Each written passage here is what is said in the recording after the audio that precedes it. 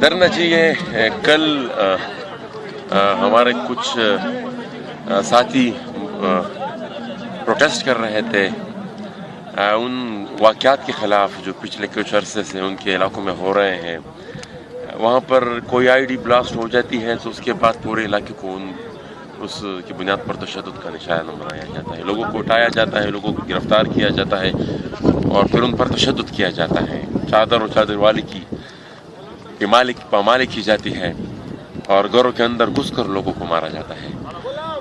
تو اس سارے ماحول سے تنگ آ کر لوگوں نے احتجاج کا اعلان کیا اور وہ جب ایک پرامن احتجاج لے کر عید کے دن پر بھی ان پر کرفیو نافذ کی گئی تھی. تو جب ان تمام احتجاج کو لے کر وہ جا رہے تھے اور احتجاج کر رہے تھے تو ان پر لوگوں نے گولیاں برسائی.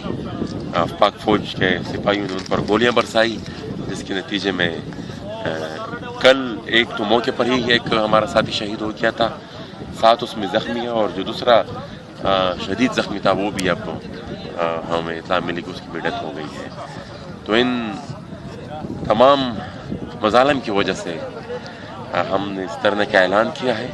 تو یہ احتجاجی دھرنا میران شاہ اسپتال کے سامنے جاری ہے اور یہ اس وقت تک جاری رہے گا جب تک ان افسران کا کورٹ مارشل نہیں کیا جاتا جو اس واقعے میں ملوث.